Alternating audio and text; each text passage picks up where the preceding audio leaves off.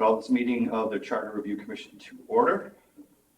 We'll skip over the minutes and we'll jump straight to our guest. Invited Police Chief David Del Papa to come and talk about some of the issues. You want to pull the chair up to the table?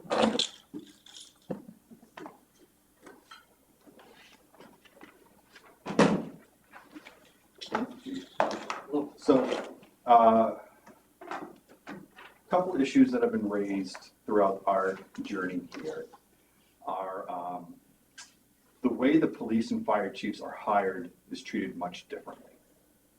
And we don't have a good explanation why. We're trying to get people in town to explain who were on that committee back 20 years ago when it was written. But we're just trying to get the current feeling of if the current system works, if it should be improved, etc. So, for instance, the way the language is currently, the police chief is given a contract of an indeterminate length, correct? Well, yeah, the way the charter has it spelled out is for an indefinite term. Indefinite. Yeah. And so I think you came on with the understanding that we were in the middle of starting this review process. So I think you currently have a 3-year contract. That's correct. Police chief, the fire chief, meanwhile, is hired for a time period of 5 years. 5 years. Okay. And I know it might be strange to put a time limit on your own contract, but I guess, do you have a sense of what the standard is out there? Is it usually 5 years, 10 years? Is there a time limit? Are they? Generally, my understanding is it's usually 3 years. 3 years. Okay. All right. Is there any reason why a 3 or 5 year time frame on a contract like that isn't in the best interest of the residents? Or does it make sense? Or it's hard to handcuffs you in a way that doesn't make it viable? As far as the difference between 3 years and 5 years, or? Just having a time period as opposed to having it indefinite. I think the benefit of having a time period is that if you're unhappy with the services being provided by your police or fire chief, then at the end of the 3 years, you have the option to not renew that contract. Yeah. And you can seek the services of another chief. Okay. Is there any reason that's negative, I guess? That from where you're sitting, as you get into the operations of it, is there any reason why that's a problem where, it's not enough time, it's, it hamstrings you, it makes the union want to just kind of wait it out? I Don't have a comprehensive answer to that question at this time. 3 years is a very quick period of time for a police chief. If you come into a department that needs a lot of restructuring, rebuilding, it takes time. So you might not get all of those goals accomplished in the first 3 years. So that could detract from your people's perceptions that you didn't get enough done in that time period. The expectations are too lofty, if that makes sense. Yep. Okay. Anyone else? Feel free to jump in. Just taking notes, sorry. Pete, I think you were on the search committee, so I don't know if either you don't feel comfortable asking a question, or you do feel comfortable asking a question, or if you have any questions. Well, actually, I guess when we were doing the search, that question really never came up. But do you think in looking for a police chief, the fact that there would be a limit of 3 or 5 years on a contract would lessen the desire of somebody who might be qualified to apply for that job? I don't think so. It's pretty standard in the industry, unless you are a civil service department, to have a 3-year contract. And you can craft them in a way where you have performance reviews, and both parties are aware as far as what they expect from each other, and you can also build in clauses to protect yourself as a chief if you're looking for that position. If the town weren't going to renew your contract, you have plenty of time to prepare to move on to another department.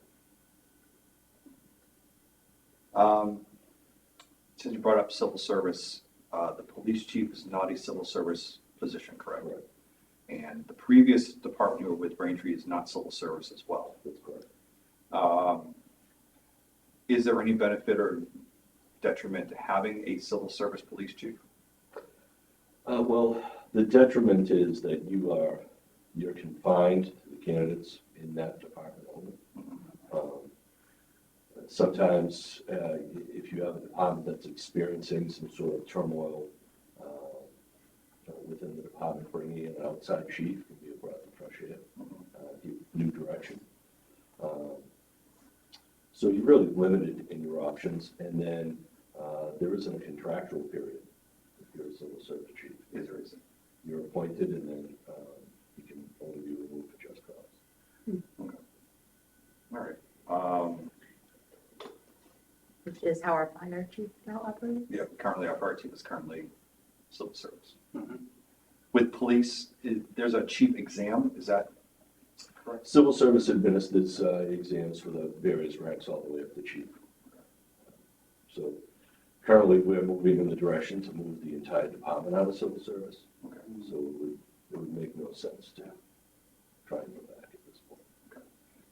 I know that was one of the recommendations in the study that was done a couple of years ago. What's kind of the general feeling about that? Because that'll put us in the minority, I think, of the communities would be if we were not in civil service anymore. Well, I think if you look into it, you'll notice that the trend is more and more communities are moving away from Okay. civil service. The hiring process is extremely cumbersome, the promotional process is cumbersome. There was just a court case that came down, the Tatum case, which they invalidated all the promotional exams because there was a racialized component in there. Just invalidated the last promotional exam they gave to those departments. So neighboring cities and towns that had individual officers that went for the rank of sergeant or took the test for the promotion to lieutenant, all those tests have been invalidated. So they're kind of stuck on the 8 ball right now as far as waiting to see what the next step is. Our department's been using an assessment center process for that, so we're in a good position. That just provides you with more flexibility. And the way that Braintree worked is Braintree had an exam. It was similar to the civil service, but it wasn't. It was their own exam that they came up with somehow. I don't remember how. Braintree is civil service up until the rank of deputy chief. And deputy Oh, it chief is? Okay. Yeah, it's, I didn't think police was, okay. yeah, different union. The deputy chiefs are in a different union and the chief is contract. Okay, why do you think they weren't civil service? Okay, I thought they had their own system. All right. You're probably thinking the assessment center. The most recent hires for deputy chief, they used an assessment center. Any other questions regarding this portion of it? I work in Milton, and I'm pretty sure that our chief is civil service still in Milton, and I know that's always a hot topic, and that there's less flexibility with candidates, and you're just limited to who's within that force. The only other issue that was brought up was the town's emergency management director. Are you familiar with that role? Yes. Yeah. I'm sorry if that was a dumb question. Are you currently the emergency? I am. So you are familiar with it, yeah. I think currently it had been largely the police chief, but it had been suggested that it would make sense to alternate every few years or every position, considering also that, fire department gets a lot of training in emergency response. It might be a situation where maybe the fire chief is a better choice than the police chief. I don't know. I just didn't know if you have any thoughts about how that's at the point. I would say that at this point, I don't have enough experience in the position, only 13 months, to give a really comprehensive answer to that question. I would not be inclined to give up that position at this time, but it's something we can certainly look into. What is the position include at this point? Emergency preparedness for natural disasters, man-made incidents, things of the like. Okay. So flooding, hurricanes, blizzards, but what are maybe other examples that we wouldn't have no way to think about it? Well, the pandemic, Yeah. emergency response to critical incidents such as an active shooter or an act of terrorism. Is there an established emergency management team that's always works with you? It's the coordinator of it, or is it ad hoc? It's, at this point, it's ad hoc. Do you work with the fire department on? We do, I've been in contact with the fire department and the health department about updating, reviewing the policies, updating them, working together to address some of those policies and get them up to date. All right.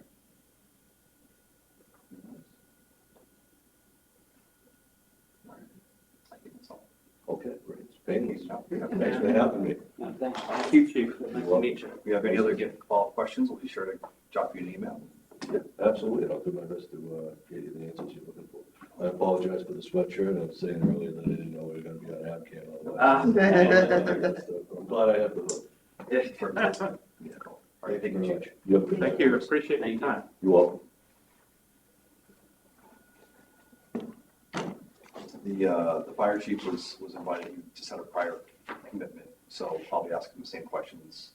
And based on his response, we'll see if we need any follow-up or the same thing. Is it standard in the same way that the fire chief is civil service? Like he's saying that for police chief to not be civil service is standard. I don't know if this is more reflective of what the politics were 20 years ago. I think the general movement, like you were saying, in municipal government is away from civil service for everything. So I think it's just going to continue that way. Yeah, so I don't know if we suggested that the next fire chief was not included in civil service, if the fire department would be very upset about that because they want to hire from within. But, you know, that would be one of the pitfalls, but I guess I'd want to hear why it was chosen that way, or why it was done that way, or why. My experience on the selection committee is that there was a huge amount of interest in this in the police chief's position, and got a very diverse amount of applicants for it, which can only be good for the town. What was his role in Braintree? Was he deputy chief? He was a lieutenant.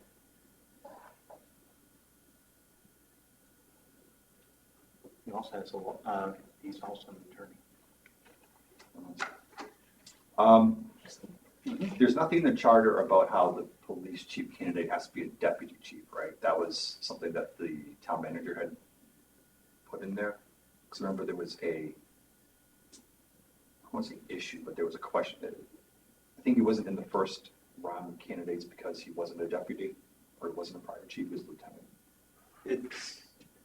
It's a long story, and I don't know that I really can get into it. Okay. I don't mean to be. No, I just didn't know if that's I something can else we imagine the have to size of the address. town, though, like going from Braintree to Abington. Yeah. The role changed just quite a I bit. just didn't know if that's anything we have to include in here in that process. Okay. Just looking real quickly at mass.gov, it looks like there's about 50 to 55 fire chiefs that are still civil service, 60 to 65 police chiefs that are still civil service. All right. So the fire chiefs were on the minority side. Yeah, but I mean, when you look at the whole state, there's probably 200 total chiefs for each, so, yeah.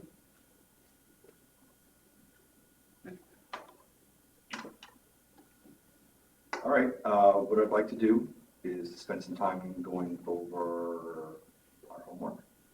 And I printed out a copy and just unfortunately I got here late, so it's okay, I can run it off if you hold on for 2 minutes. I made copies of mine. All right, so we're on. But you don't have mine and. No, Okay. sorry. Right, so I'll make a couple quick copies. So we'll temporarily recess the meeting for a couple minutes. Oh, thanks. All right. Back in order. We'll start with Amanda's Yeah. topics. Can I do the minutes first? Oh, I'm sorry. You know Yes. what? I don't know. You have these minutes? No? I didn't pass. Oh, I just, they were in the drop. Yeah, we'll wait till it's done. So for mine, everything was staying the same, except what didn't come through is the enforcement for charter violations we decided not to include because it was kind of not helpful. Since there's no precedent for it and no way to enforce it. So I don't believe there are any other major changes to the other three topics. I feel like you said one word and I don't remember what it was. At the very end, you said, I would change one word and I don't remember what it was. But yeah, I think we were striking out the enforcement for charter violations. Yeah, I want to find some language, because right now there is none. So it's like, what's, like a charter can't be enforced. Right. So there must be a town, a community out there that has some way of enforcing charter rules. And we'll continue that search. Okay. The only way I've seen it is indirectly saying like the town administrator Yeah. enforces it, but doesn't say how. Exactly.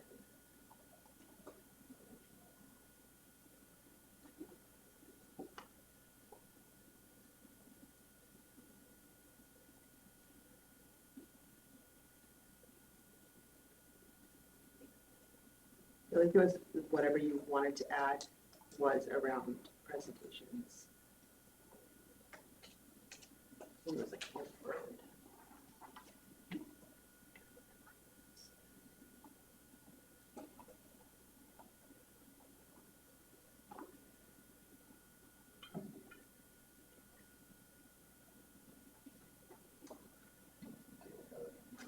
Go back and watch the tape.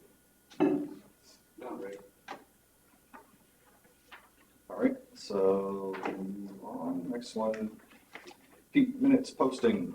Okay, I had the, the first part that's highlighted in yellow is what is in the current open meeting guide. And then I put the alternative because it may change at some point from the Attorney General. So I put that one. And I noticed that the last, where it says place the town, it should be placed on the town. Last sentence there. So I don't know if you want to just, my suggestion is if you use the kept in accordance with the current Commonwealth of Massachusetts Office of the Attorney General's open meeting guide, law guide, that way you wouldn't have to change it if that changes. Yep.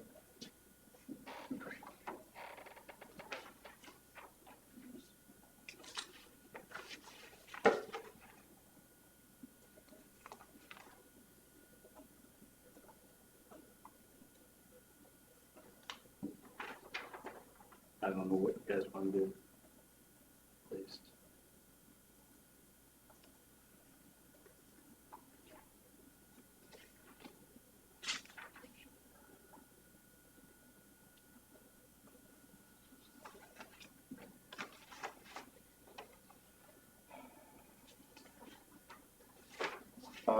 Police and fire employees.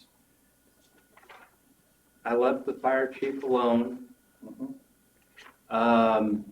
And on the police chief, I basically limited the contract shall not to exceed 5 years, and down in section 4-3N with the term limit as defined by the limit of the contract between the town manager and the chief of police not to exceed 5 years. So, I'm sorry. You're reading fire, police chief, Under appointments. no, okay. Police and fire chief appointments. yeah. Okay, I'm sorry. Restart that again. Okay, if you go to where it says police and fire chief appointments, however, there shall be no defined term of office. I struck that out, and again, limited the term of length, determine the length of the contract between the town manager and the chief of police not to exceed 5 years. The town manager may either renew the contract with the current chief of police or choose to select a new chief of police for subsequent 5-year terms. So that would limit a police chief's term to 5 years, and it doesn't mean they couldn't do 3-year contracts, 2-year contracts, whatever. But there would be a definite end at 5 years to the contract, and then at that time, the town manager would have the authority to make a change if he or she decided to. So I think we can actually strike that first highlighted part because we repeat it down lower. Okay. As long as it's in there. Because then that third section then becomes, all right, this is the terms of the contract. And I would suggest saying, either renew the contract with the current chief of police, or choose to select new chief of police for subsequent 5-year terms. I would say subsequent terms of up to 5 years. Again, so that the renewal could be 3 years or 2 years or 4 years. That's fine.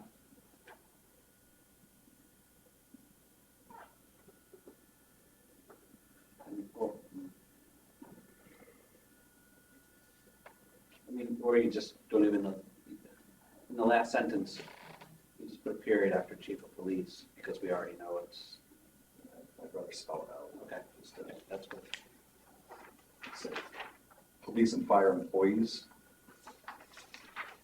Sorry, it's not. You have that one?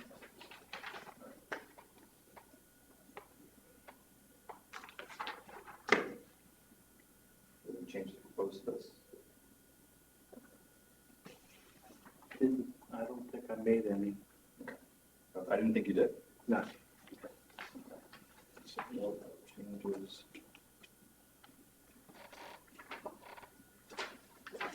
All right, fire chief.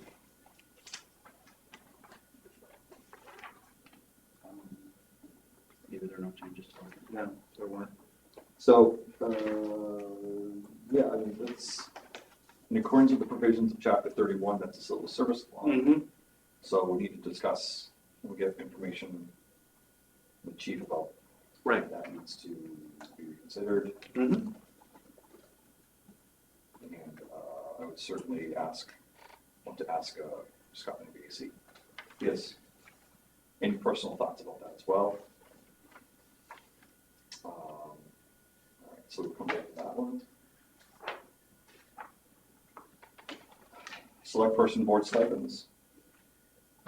I talked to a number of select people and other people who had been, and most of them said if they were ever were able to take the stipends, they didn't. Okay, and that's not why they're there. So I guess I don't know.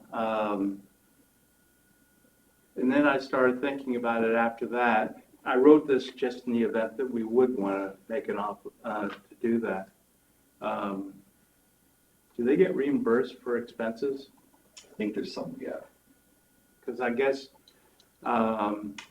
most of what the feedback I got was, I'm not doing it for a salary. I'm doing it because if I got paid for this, it would be too much for the town to pay, because of the amount of time they put in. And they do put a lot of time in. But again, they were talking about like 2,000 if we were to put it in, something like that. But, Like a number would get outdated pretty quickly. yeah, I know. Manager, is there a movement in the nonprofit world to start to pay more board members? No. No? No, that's pretty frowned upon still, unless, I mean, there's reimbursements for sure, and it's very specific around kind of like travel expenses and what's kind of included in that, but I don't know of any that very small private family foundations do, and it's seen as kind of shady. The only argument I've seen made for it is that by making it non-paid, you narrow the pool for those who have financial difficulties or tight budgets, for instance, have to pay babysitters, have to, Yeah, but there are other for expenses. things like that, so that is a movement obviously in the nonprofit world too for increased representation, but I think there would be things like specific for that, like we will provide, Gotcha. we have to make sure the meeting is accessible, but if not accessible for, XYZ reason, we will provide the resources for that. But paying for the position is not. Gotcha. Yeah. All right. The way I'm leaning is that, again, I think we're, in addition to these, we're making recommendations for future bylaw consideration. My feeling is the bylaw, if they want to make it a bylaw, fine, we won't deny it, we won't prevent it, we won't incentivize it, but, if they want to have a bylaw, feel free. And that way it can be changed easily. That's fair.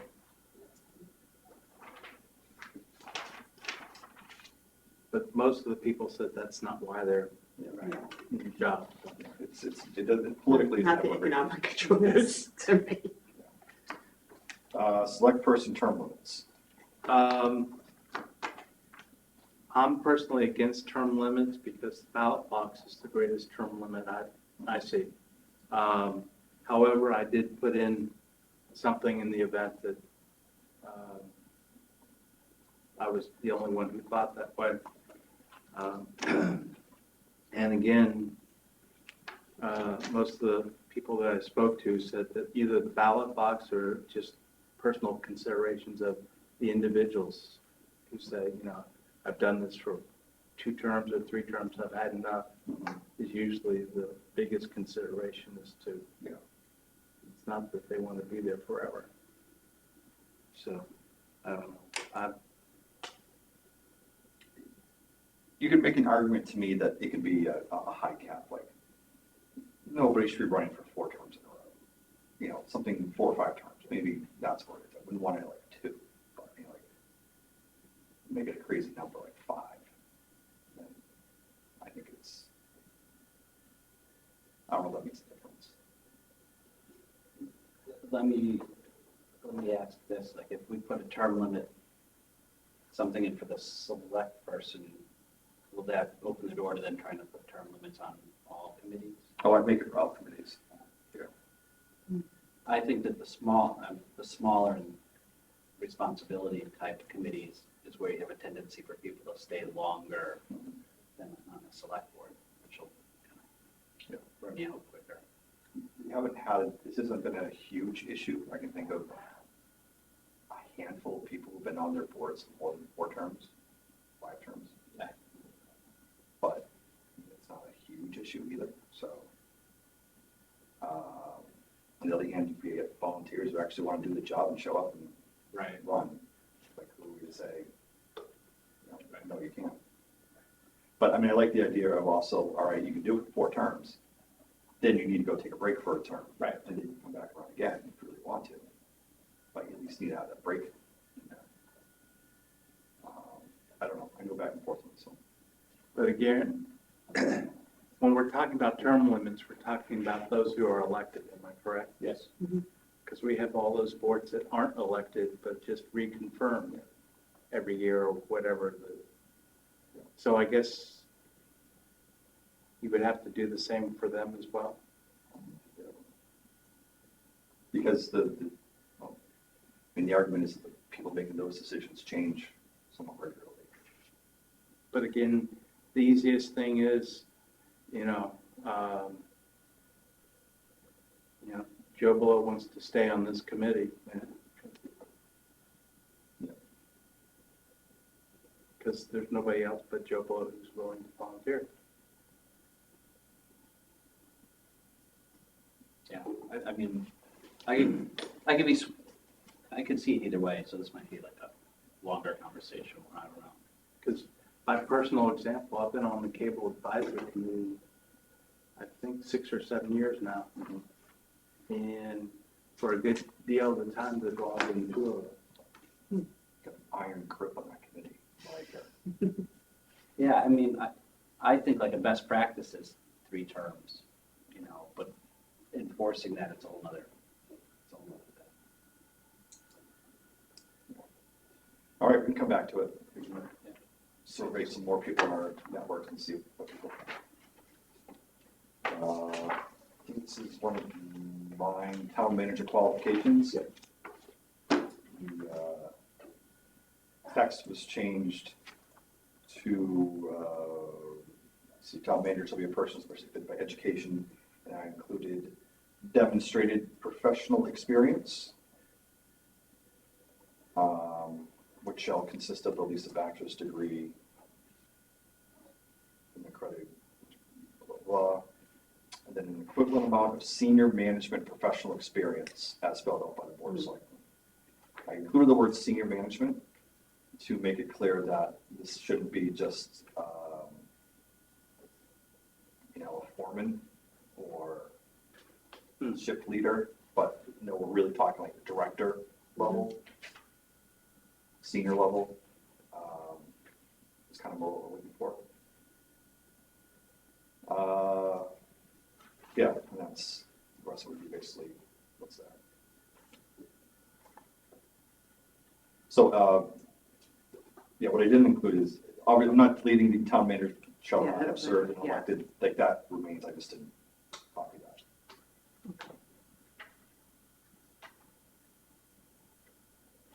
So we would be keeping the, shall not have served in an elected office in the town for 24 months prior, need not be a resident of town, but must be a U.S. citizen.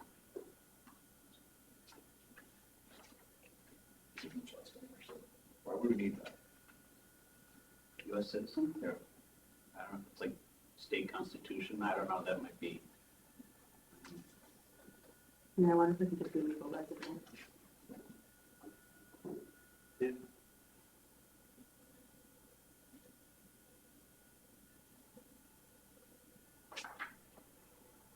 I'll look into that, see if there's a different reason why. Again, I'm just trying to give an example, the mayor of Halifax, Nova Scotia wants to come be the town manager in Abington. I mean, why would that be a problem? Well, you have to be at least a legal resident. Right. Would be more like if somebody's lived here for 20 years. Yeah. They have the experience. Yeah. Yeah, I think it would only be if it's a state thing. As long as they can be paid. It could be one of those, it's always been that way. Yeah, that's a good call. I'm trying to think if there's any financial responsibilities or that would require the person to be a U.S. citizen or. No, well, I There's mean, no need for a security clearance. That would be the other issue. But I don't think that's necessary to have a tax. taxes then. That doesn't matter, as long as you're a legal resident. You might need to have like a very specific level, like it's not gonna be as your Right. permanent resident, Right. probably. But if you're, I guess, an officer of a town, like you're an officer of a corporation, you don't need to be an American citizen. Mm. All right, look into that. Town employees, senior elected office, again, this was a suggestion that was made during our town meeting thing. My proposed text is no person employed, either full-time or part-time by the town of Abington may run for elected office that has oversight power of the department in which they are employed. This will probably need to be wordsmithed better, but the general scope is you don't want a teacher running the school committee. You don't want a DPW person running for board of selectmen, but someone in DPW can run for school committee and a teacher can run for the board of selectmen, because there's oversight powers there. Does it matter if they had been previously employed? Is that something that matters at all? Technically, doesn't this board of selectmen have some oversight on the budget for the school? Yes. That's why I'm saying it has to be wordsmithed to figure out the best way. Because, Yeah. would you count the library as an independent thing because they have their own director? I don't know.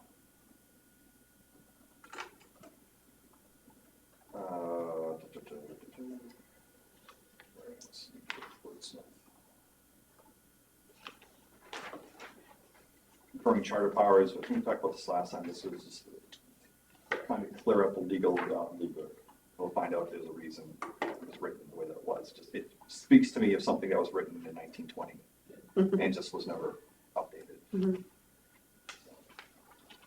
Since the moderator, we discussed this last time, it hasn't changed. This is adding the words need for recusal. resident outreach, we're gonna have to visit again this time. Is this one resident? Oh, wait, I'm sorry, resident outreach is new. This one is new. And this could be molded into Pete's that we discussed earlier as well. So the idea is that each member body determine its own rules and order. Well, we haven't defined what rules and order is, so at a minimum, the rules will include, all right, what's the parliamentary procedure? Are you doing Robert's rules? Are you doing something else? What is the expected rules of conduct for members? What are the strategies for public engagement, education, and awareness? And again, this might be a cleaner way than the other thing that we've been talking about or I've been pushing. Manner in which members of the public may contribute to the body's work. Recommended licensure certificates, that professional development opportunities. If the board is charged with reviewing and approving permits, variances, waivers, licenses, grants, all right, what is the manner in which that is done? And contact info. I don't know if there's anything else that there should be in the basics, like, all right, here's the book on how this committee works. This is what you need to know. If you need to apply for a site permit, this is how you do so. Or conservation permit or whatever it is. Cultural council grant. What are the ones like housing, affordable housing trust, like this would all apply to that too. So.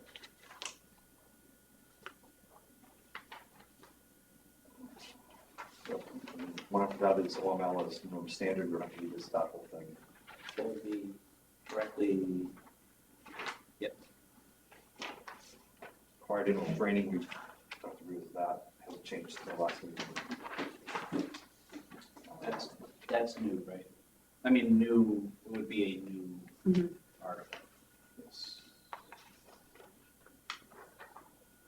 Strong town manager versus weak, this was kind of a general topic.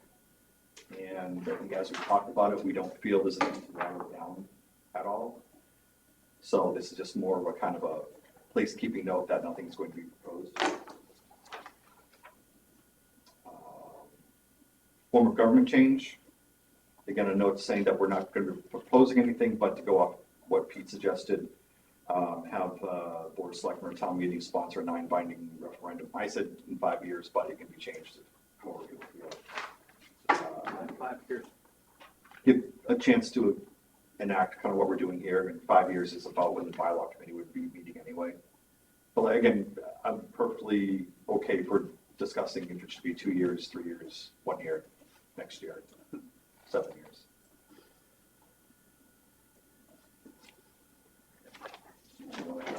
Right, then I think we're going on to, I feel like I might have dropped these out of order, so really maybe to help us a little bit. All right. My order starts with 3.14, so I don't know. Oh, I handed out a version online. So if we go by the one that's got the staple on it. Oh, okay. Hold on. Try to take notes. Vacancy and I don't, this might not be the best way to present it, but I tried to original changes and then kind of thing. This was the idea of trying to separate out the vacancy in office article into officer like the town moderator, and then a separate one for members of an elected body, and changing, I gotta change that there. So that's one thing, adding the town website and other appropriate locations versus a bulletin board, changing it from 14 days to 15 days. But this is going to depend on how what the final definition of a day is, but it was 14, making it 15 would be 3 weeks. If a week is 5 days. Then on the second page of that, as we continue to go down the middle column, again, posting the vacancies on a website, and then this would be the process for filling the position, where we identify the chair, the board of selectmen shall convene and chair. If there are multiple candidates, the the board will make the first nomination, followed by the selectmen, and then, rotate that. And saying that the vacancy would be filled by a majority of vote of those members of the board of selectmen and a majority vote of the other board. And the person wouldn't be appointed until both of those committees had a majority vote. That was the kind of defining that language a little bit more. So that's all I have on that one.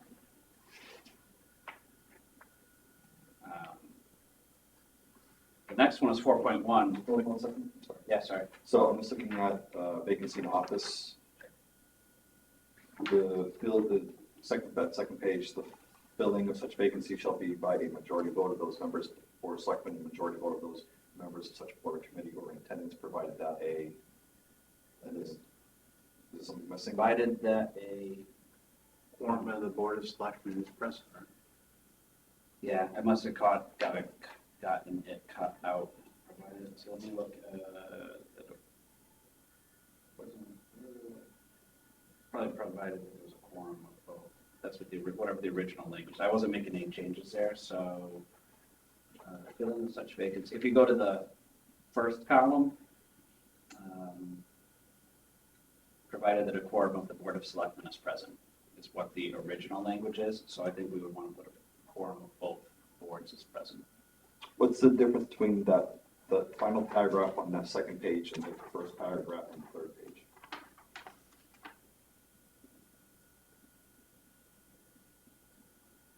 Say that one again to me? Yep, this paragraph here and this paragraph here. It might be a cutting and paste. Okay, that's fine. Which paragraph should we go off? So if there are multiple thing stays alone. Was the third column the fully No, I think that there's a difference. edited? Yeah. Yeah, no, there is a difference in them.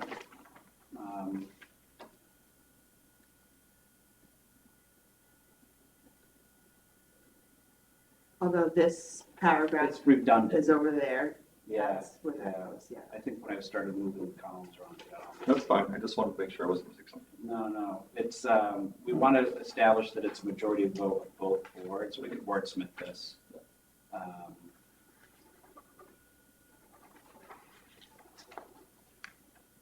And then keep that part about the hold office till the next regularly scheduled annual town. That's election. Right,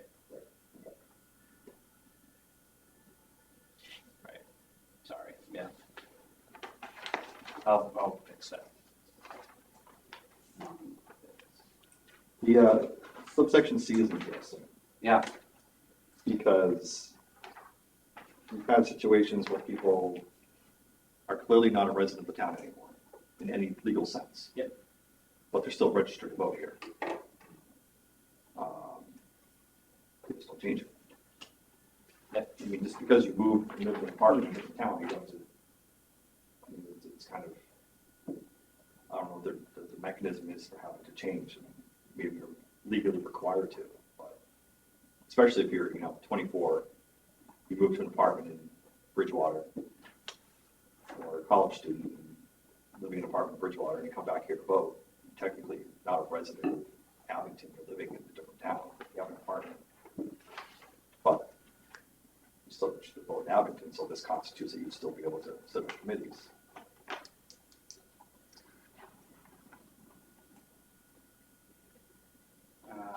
Maybe I'll ask Leanne just kind of how they determine that. yeah, I know in Milton, it's kind of if somebody asks the town clerk about it, the town clerk then researches it and will make the call on if they're a resident or not. Yeah, I don't know if you're technically you're supposed to change your license and your Yeah. voting address. I don't know if if you're 24, right? I'm just trying to think about it. Like, I think I lived in Bridgewater for a year. I think I moved to Quincy, but I think that first year I may have still voted in Bridgewater. Was that technically illegal? Maybe. Because I wasn't living full time in Bridgewater. I was living in Quincy. I don't know what the rules are for having to change where you're supposed to officially change your register. I can fix that. So the next section, you actually did too, so we could just skip mine because I think you already have recommended language for 4.1. Town manager powers. Town manager powers was the section that the library came to speak to us about, and it's simply adding the words "and employees," including the library director and employees, and that was based off of the job description that was approved by the select board. And just again, always adding the language about the website instead of just a bulletin board. And that's the notices of appointments site language. So that one's pretty simple. The next one is more complicated, but I won't get into the, I'm suggesting renumbering the sixth, like renumbering the section about the budget, right? So if we look at it in the order I have it here, budget message, I would move deeper into the conversation. And I'm recommending new language. And we talked about this last time, so we don't have to go too deep into it. It could still be wordsmith, but language about the message shall be presented in an open meeting, that a written form is available. And then we added a little bit of language based on last meeting about, down the next page, income and expenditures for at least the previous, current, and ensuing years. Proposed expenditures for both current operations and capital during the ensuing year, detailed by agency, department, committee, so on. So it gets a little bit more specific. I'm sorry, that's jumping out of 6.3, which is the budget. This is all related. And then further, under the budget, it's adding this new C, D, and E language, which is requiring, it's kind of like the budget process, right? It's requiring the boards to present revenues and expenditures. It's requiring, well, it's basically telling the town manager what they need to, what specifics we are looking for. And that's based off our conversations at previous meetings. And then the budget submission. Can you go back 1 second? Yeah, C, D, and E, is that language that exists currently somewhere else? I think I was borrowing from, hold on, sorry. Yes, some of it is previously section 6.4 A, B, and C, but we tried to make the budget, I'm trying to make the budget all one section instead of like multiple articles. So it just made it more A, B, C, D, E. I would just hate to find out from the school department, oh, this now requires us to do 3 other things that we don't normally do. No, it's just it's moving language around to be a more succinct article, I think.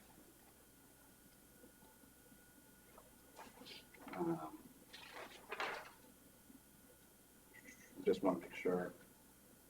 Because what was happening was, in all these 6 articles, like 6, 3, 4, 5, some of the stuff was in 3, some was in 4, some was in 5, and it's just trying to move the current information into a more logical sense, I guess I would say. So it all existed. And I think part of that is like, if you look at this page, which is a submission of the budget, where I like cut out a lot of the language in the middle there, that's because it's been moved to a different article. And that's basically what that's. So let me ask this, could you give this to us? Yeah, the formatting's probably not the best. Underline, italicize, some more distinct way, any new language that doesn't currently Yeah, absolutely. exist. Yep. Just so we're aware of any new. What's new versus what's. Because if it's just reordered, it's fine. I Yeah. don't have a problem telling people it's just reordered in a much more sensible way, because the current way is really weird. But I know we've got the question, is there any new requirements? Yeah, new versus moved. Yeah, that's easy to do.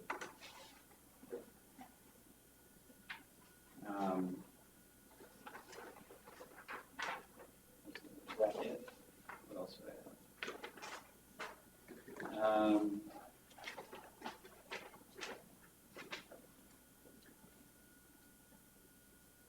area that says we may need to consider it some more. Yeah, this was.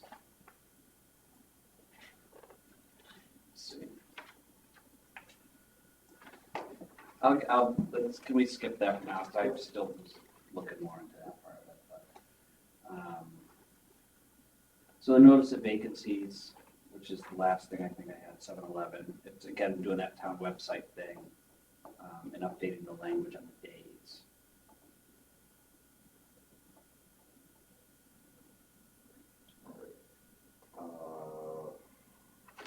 One note I'd received is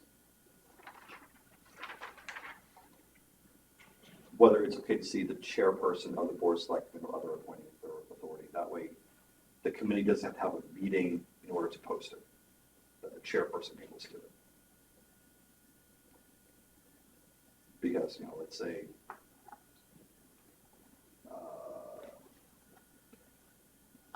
member from the Housing Trust Fund passes away. In order to post it, they have to then call a meeting of the Affordable Housing Trust Fund and move that the vacancy be posted so that the clock doesn't start ticking after that happens. So that could be 30 days, it could be 45 days. Or you can just say the chairperson has the authority to say there's a vacancy. So I think that, so when I say in that line, and elected positions is covered under Charter Article 314, I had added then, like on the first page of the whole thing here, under members of elected bodies, I added that language about the chair of said committees will be responsible for communicating the vacancy. But that's- Oh, okay, yep. Is that what you're trying? Nope, that might just be it. Okay. So I added that to 14, which seemed like, it's funny, so we have vacancy in office in the 3s, and then we have notice of vacancies in the 7s. And I think that that's, doesn't make a lot of sense here. That was my question. No. Yeah, I'll leave it up. And I will work with Mr. Smith to get his stuff together. I know he's missed the last couple of meetings. But aside from that, I think we're pretty much, that's everything. Yeah. So what I'll do is take all this, put it into kind of a format so that everybody can kind of have the pages. And what we'll do at our next meeting is start to vote, start to narrow things down. Right. Have permission to go start talking with town council, bring them in so they know what we're doing and figure out if there's anything, any landmines or what to step on. I would like to get more people's eyeballs on this, so I'll start to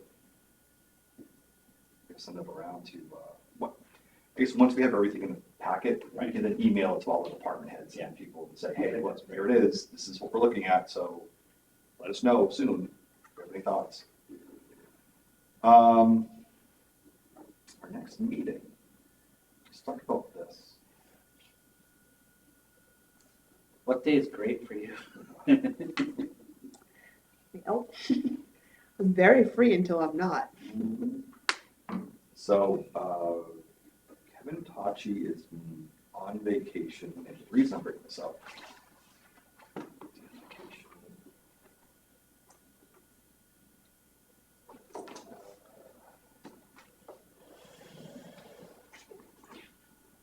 The 10th to the 16th, the second full week of December, and your date is. I'm gonna give birth sometime that week, probably. Okay. Can't really say.